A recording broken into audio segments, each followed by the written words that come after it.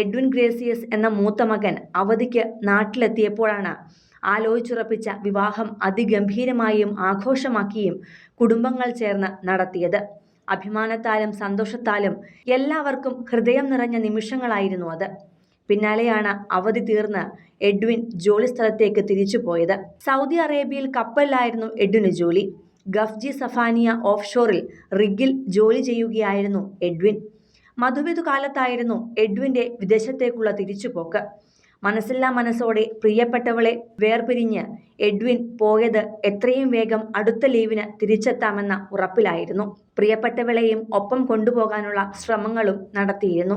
അടുത്ത വരവിലേക്ക് അതെല്ലാം മാറ്റിവെച്ച് വീഡിയോ കോളിലൂടെ പ്രിയപ്പെട്ടവളുമായി എന്നും സ്നേഹം പങ്കുവച്ച് ദിവസങ്ങൾ തള്ളി നീക്കുകയായിരുന്നു എഡ്വിൻ.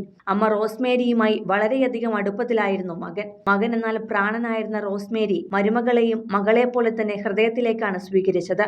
അങ്ങനെ വിശേഷങ്ങളും സ്വപ്നങ്ങളും പങ്കുവച്ച് വിവാഹ ജീവിതത്തിന് 3 മാസം പിന്നിടവെയാണ് അപ്രതീക്ഷിത ദുരന്ത വാർത്ത ഈ കുടുംബത്തെ തേടി എത്തുന്നത്.